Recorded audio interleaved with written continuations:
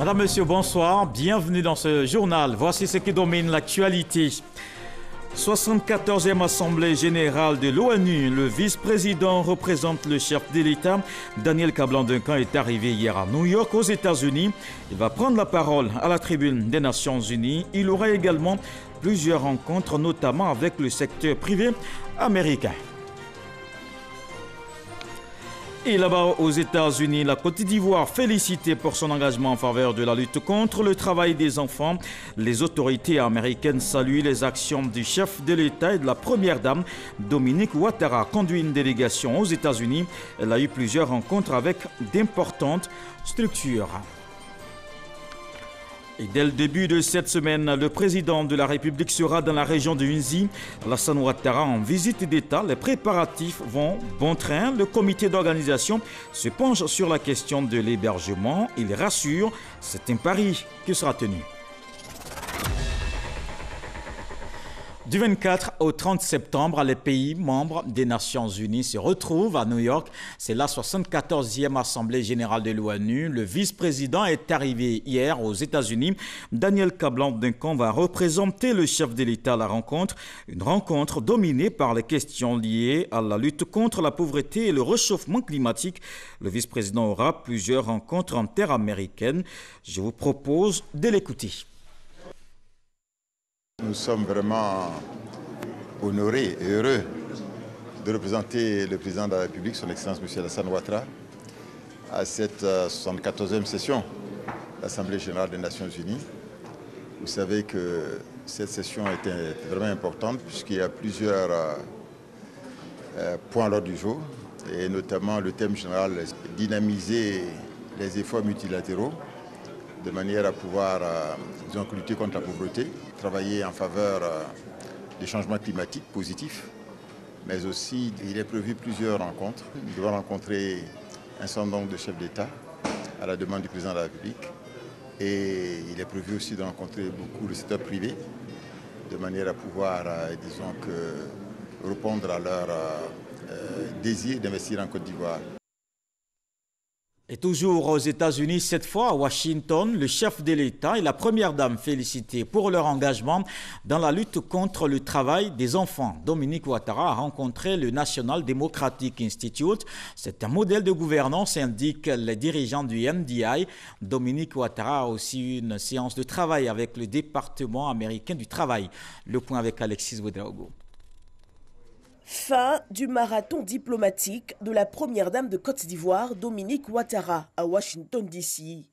Vendredi, deux rendez-vous à son agenda, une séance de travail au National Democratic Institute, partenaire stratégique et très influent de l'administration américaine.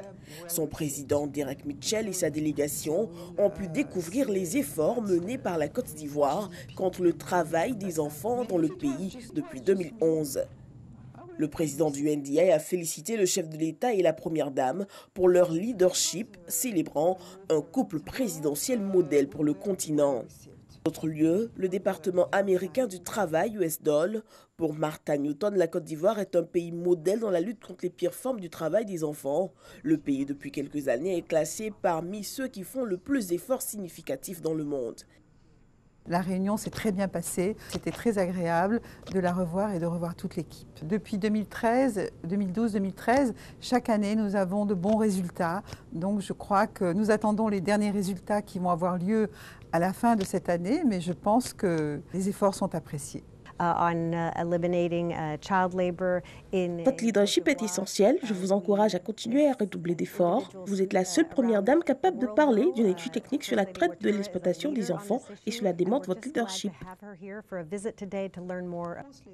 La première dame de Côte d'Ivoire, Dominique Ouattara, entendait au cours de cette mission expliquer aux autorités politiques et administratives américaines ainsi qu'aux organisations de la société civile les efforts menés par le pays en vue de lutter contre le travail des enfants dans la cacaoculture et ainsi voir lever la menace d'un embargo sur le cacao ivoirien sur le territoire américain souhaité par deux sénateurs.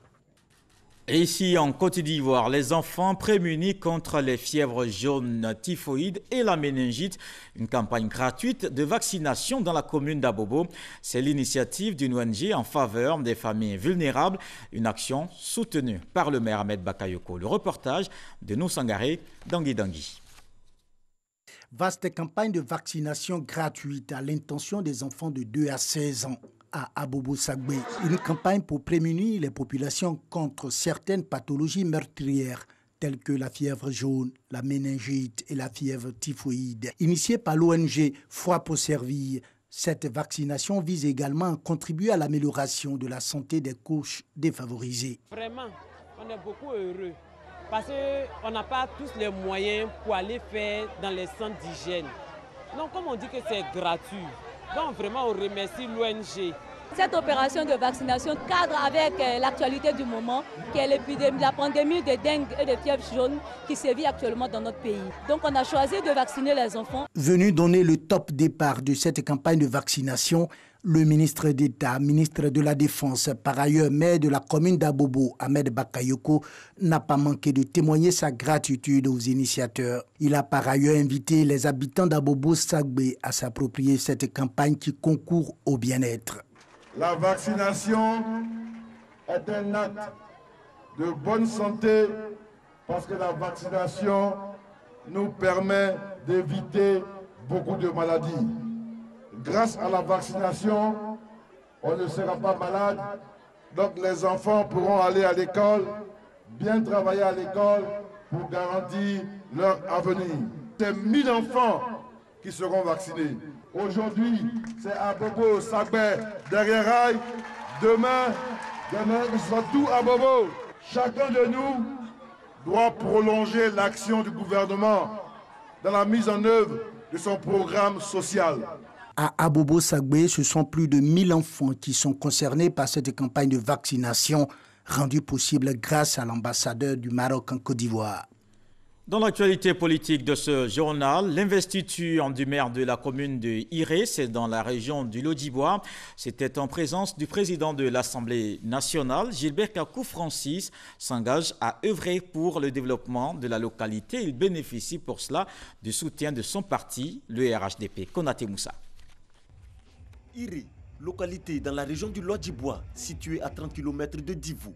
Pour le rayonnement de la commune, les populations ont porté leur choix sur Gilbert Kakou-Francis à l'issue des dernières élections municipales. Investi, le maire et son conseil municipal s'engagent pour le développement de Iré avec le soutien de la grande famille des Oufouetis, le RHDP. Je suis au RHDP pour apporter le développement à Iré. Je suis au RHDP pour transformer Iré en département. Je suis au RHDP pour aider ma population. Un attachement aux idéaux de paix et du vivre ensemble du rassemblement des Oufouetis pour la démocratie et la paix. Une ambition partagée par l'ensemble des élus et cadres de la région du Lodibois. Ensemble, nous allons conjuguer nos efforts et constituer une équipe solide pour ratisser le plus large possible. Les prochaines joutes électorales sont pour nous un challenge important, mais la tâche est facilitée par les réalisations à l'actif du président Alassane Ouattara. L'engagement des élus, cadres et populations réjouit le président de l'Assemblée nationale. Amadou Soumaourou, président de la cérémonie, invite les populations à rester mobilisées autour du chef de l'État. Alassane Ouattara rêve surtout d'une Côte d'Ivoire en paix. Parce que sans paix, il n'y a pas de développement. L'entretien routier, le chef de l'État en fait un département important de son gouvernement. L'eau potable est distribuée et le chef de l'État s'est engagé à ce que tous les villages qui ont plus de 500 habitants soient électrifiés. Pour la réhabilitation de l'axe Iré-Divou, l'assurance est donnée par le ministre de l'Équipement et de l'Entretien routier, Amédée Kofi Kouakou. Les travaux vont démarrer les jours à venir. Et dans les jours à venir, la région du Nzi reçoit le chef de l'État. Le président de la République sera en visite d'État. Première étape, Kwasi-Kwasi-Kro. Le département se prépare. La cité fait peau neuve. Les populations, elles, attendent de recevoir le chef de l'État. On le voit dans ce reportage de Kader Sogodogo. Comme la salle vient, tout le monde est content. Nous prions à ce qu'il vienne à Kwasi-Kwasi-Kro à nous voir. C'est ce qui a été content pour nous tous. Nana Assalé Kofi, chef central de Kwasi-Kwasi-Kro, un département qui compte 2 sous-préfectures et 32 villages dans le temps de l'impatience que le peuple baoulé Agba Kachenou a d'accueillir le président de la République Alassane Ouattara sur son sol le 26 septembre prochain, première étape de la visite d'État dans la région d'Nzi. Pour préparer ce qui est considéré ici comme un événement sans pareil, le préfet du département et ses administrés sont au laboratoire. Les différentes commissions sont à pied d'œuvre pour la réussite de la visite. Des travaux de grande envergure sont d'ailleurs en cours. Que cette visite d'État est historique. C'est la première fois que un chef d'État en activité foule le sol de Kwasi-Kwasi-Kro. Le chef de l'État est comme un messie. Vous-même, vous avez vu, la ville de Kwasi-Kwasi-Kro est en chantier. Ça travaille partout, les machines sont partout. Alors les populations bénéficient d'abord au niveau de la ville de l'extension du réseau électrique. Et donc vous avez des poteaux partout. Alors la ville est illuminée. Vous avez aussi au niveau de l'adduction d'eau, l'ONEP qui a pourvu Kwasi-Kwasi-Kro en eau. Toutes les rues sont en train d'être reprofilées. La voie menant de Kwasi-Kwasi-Kro à Bokanda est en train d'être reprofilée. Le maire sénateur est sur le terrain. 3 gros quartiers au niveau de la ville de Kwasi-Kwasi-Kro et chaque quartier devait recevoir au moins 200 poteaux. Et donc on estime certainement autour de 1000 le nombre de poteaux qui devraient être plantés au niveau de la ville de Kwasi-Kwasi-Kro. Quand on circule dans la ville, les populations sont contentes, les attentes sont grandes et nous espérons que tous ces travaux qui ont commencé pourront prendre fin dans quelques jours, mais j'avoue que les populations sont heureuses, elles sont contentes et elles attendent leur président. La jeunesse est aussi à la tâche, une aubaine à saisir, être témoin de l'histoire en apportant sa pierre. Je suis content de nous voir moi-même parce que c'est du jamais vu. À Kwasi-Kwasi-Kro, un président vient nous rendre visite. Nous sommes dans le noir et pour une première fois, il y a du courant. Donc hier, j'ai mobilisé toute la population. Population de Belakoro, vieillards, jeunes, femmes, à s'impliquer à ce qu'on puisse nettoyer proprement le quartier pour qu'on puisse faire les trouvaisons et monter. Je dis merci infiniment, merci, 1000 fois même c'est petit au président de la République. Kwasi-Kwasi-Kro mal éclairé, Kwasi-Kwasi-Kro c'est insuffisance en eau potable, Kwasi-Kwasi-Kro c'est tout un tas de problèmes. Il faut dire que la visite du chef d'État ici, ça va booster vraiment le développement de notre modeste localité. On est venu, le développement qu'ils vont nous envoyer là. Tiens, c'est maintenant, on connaît ça aujourd'hui, j'ai jamais vu. C'est maintenant, on vient de voir en l'air là. Il y a des poteaux, avec des routes. Au moins, particulièrement, moi, je suis chauffeur. Comme ça, je suis content. Même les tout-petits sont au parfum de l'événement. Chacun veut le meilleur pour Kwasi-Kwasi-Kro. Les élèves attendent l'arrivée du président de la République. Nous savons qu'il a envoyé des cadeaux ailleurs. Et nous sommes très très sûrs qu'il va nous envoyer aussi des cadeaux. Les femmes apportent leur touche. Ce n'est pas un secret. Elles aiment bien les uniformes. Un pain circule.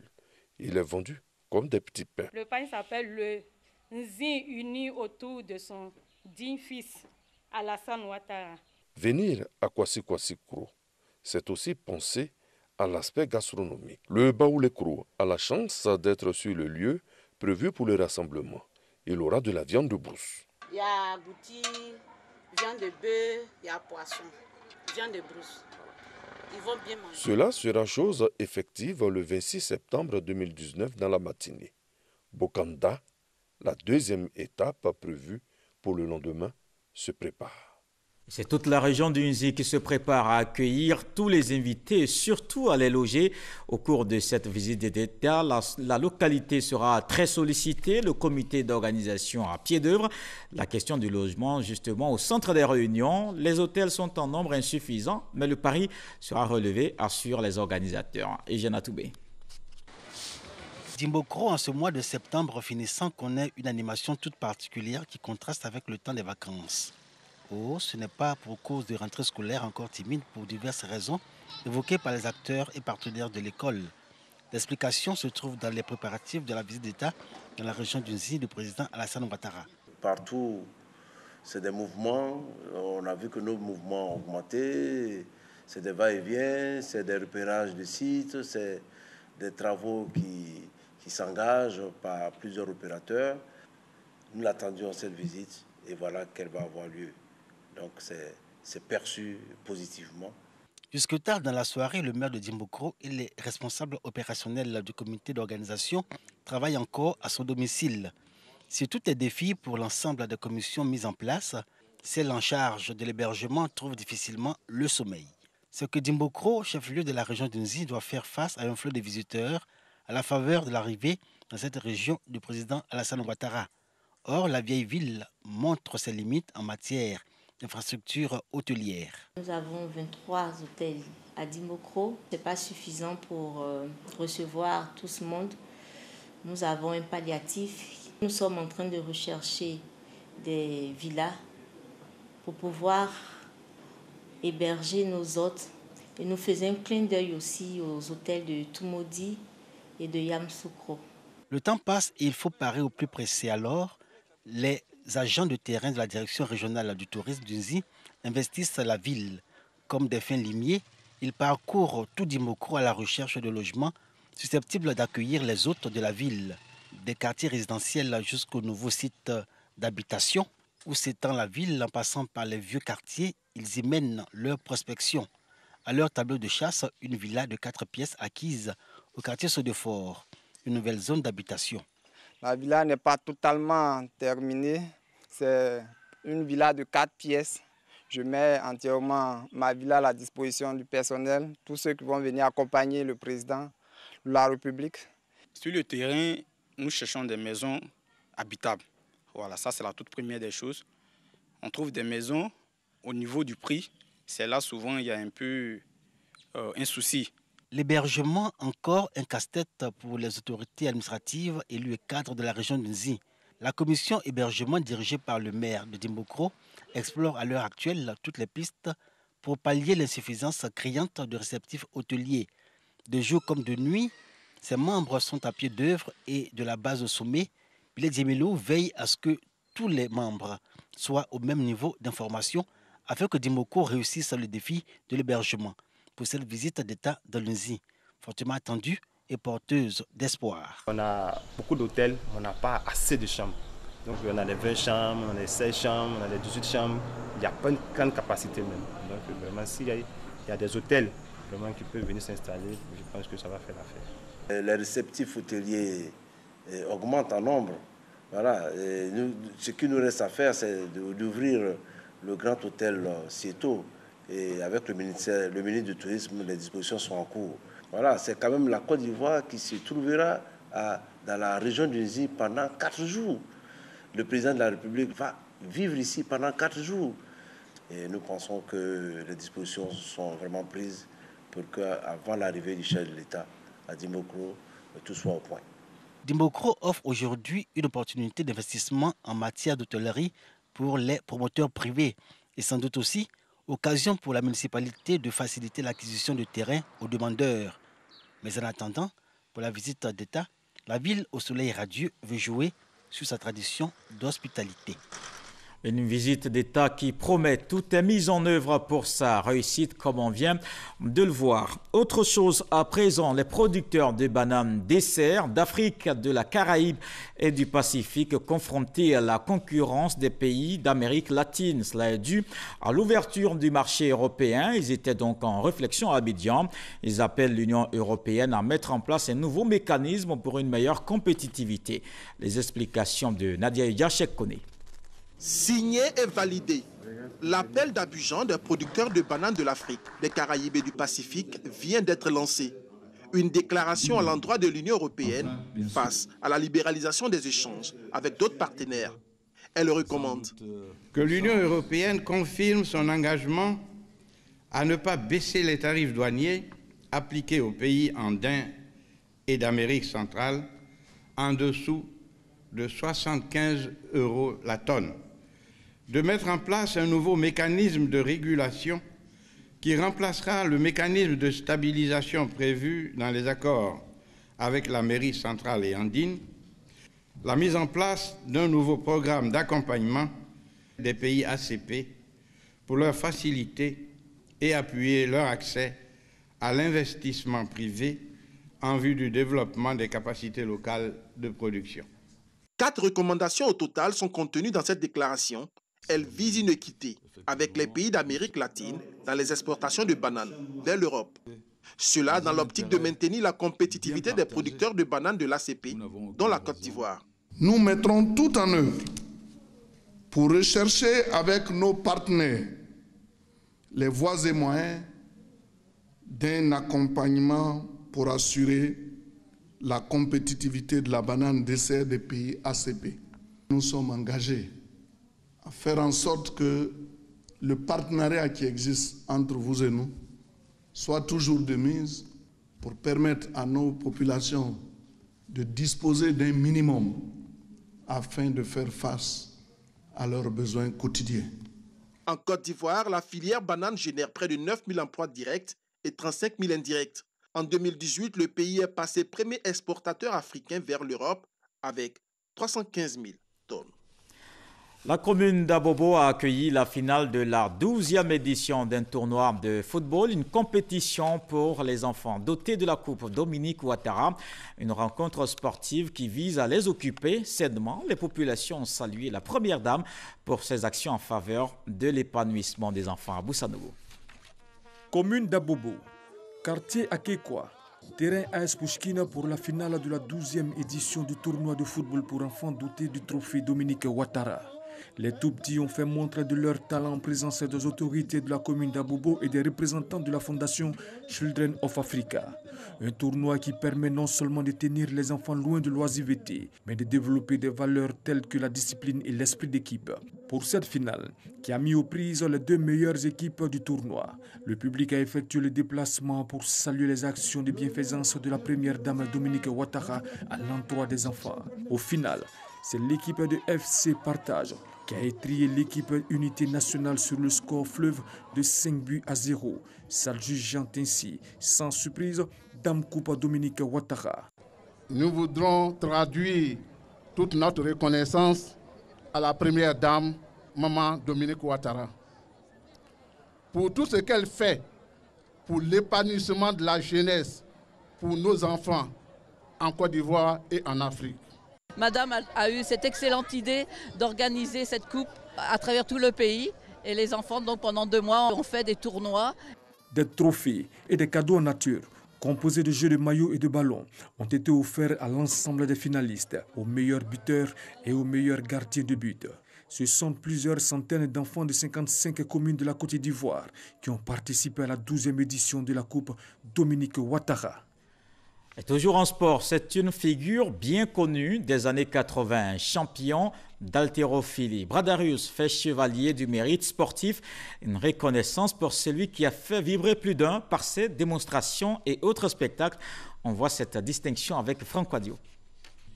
Likpa Kofi, plus connu sous le nom de Bradarius. Champion d'Afrique d'haltérophilie en 1977, Bradarius apparaissait en véritable star dans les établissements scolaires où il émerveillait les écoliers par ses démonstrations et autres spectacles. Malheureusement, victime d'un accident lors de sa tournée au pays de l'oncle Sam, Likpa Kofi devient handicapé moteur. Face à ses adversaires ici même en Côte d'Ivoire, et en Afrique de l'Ouest notamment, il a rapporté plusieurs trophées. En 1982, au Burkina, il a ramené le trophée en Côte d'Ivoire lors d'un duel avec Boukari Ouedraogo. Monsieur le ministre, toutes ces victoires ont valu à Bradarius une invitation spéciale du célèbre acteur culturiste et homme politique austro-américain Arnold Schwarzenegger en Californie aux États-Unis. Arnold Schwarzenegger pour les États-Unis, Bradarus ou encore Black Dragon en Côte d'Ivoire, ils sont peu à avoir marqué l'univers du culturisme. C'est lors d'une mission à Zekisso à l'occasion d'une finale de tournoi de football que le ministre des Sports, Claude Dao, a retrouvé Bradarus, ancienne gloire du sport ivoirien. Promesse a été faite par le ministre des Sports d'une décoration à l'Ikpakofi. Aujourd'hui, c'est chose faite. Bradarus reçoit la reconnaissance de l'État de Côte d'Ivoire. Vous avez donné des valeurs, vous avez porté des valeurs. Et nous, les jeunes générations, on se rappelle encore que pendant longtemps, quand on entendait Yao Marcus, Bradarus, ça nous faisait vibrer et rêver. Le récipiendaire se dit honoré de cette distinction qui intervient de son vivant. Comme tous les dimanches, place autour du monde en information. Voyons ce qui a marqué l'actualité cette semaine. On se rend d'abord en Birmanie avec cette menace de génocide. Le 7/7, Lydie Sadia, Alexis Ouedraogo.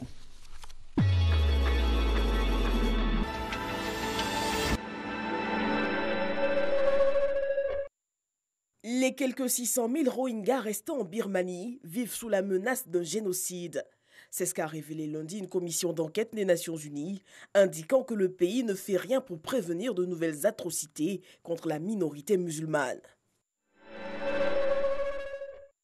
Pour la deuxième fois en 2019, les Israéliens se sont rendus aux urnes mardi pour élire leurs députés. Après les législatives organisées en avril, le Premier ministre Netanyahou n'avait échoué à réunir une majorité pour gouverner à cause du refus de son ancien allié Avigdor Lieberman de rejoindre sa coalition.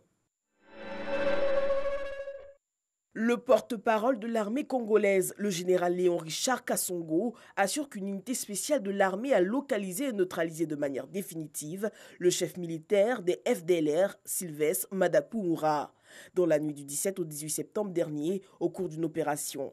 Poursuivi pour des crimes contre l'humanité présumés, Sylvestre Madakoumura avait toujours échappé à ceux qui le recherchaient. Ancien président de la République tunisienne, Ben Ali est mort jeudi à l'âge de 83 ans à Jeddah en Arabie Saoudite, où il vivait en exil depuis la révolution de 2011. Ben Ali avait été renversé par un mouvement populaire. Il s'était enfui le 14 janvier 2011 du pouvoir vers l'Arabie Saoudite, où il vivait avec sa famille. Un appel à la grève mondiale a été lancé vendredi sur l'ensemble de la planète pour tenter de faire fléchir les dirigeants internationaux qui se réuniront lundi à New York au sommet Action Climat de l'ONU. Cette journée à l'initiative des collectifs environnementaux donne le coup d'envoi de la Semaine internationale pour le climat qui se tient jusqu'au 27 septembre prochain.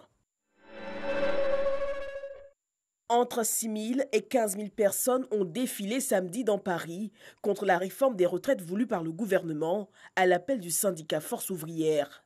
Un autre défilé est prévu par la Confédération générale du travail le mardi 24 septembre prochain.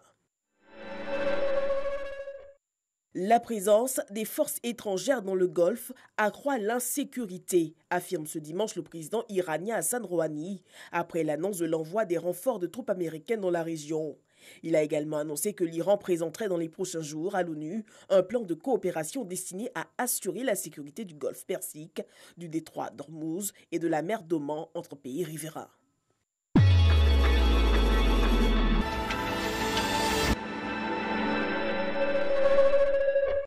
Voilà qui met un terme à ce journal. Merci de l'avoir suivi. Je vous retrouve demain avec beaucoup de plaisir. Bonsoir.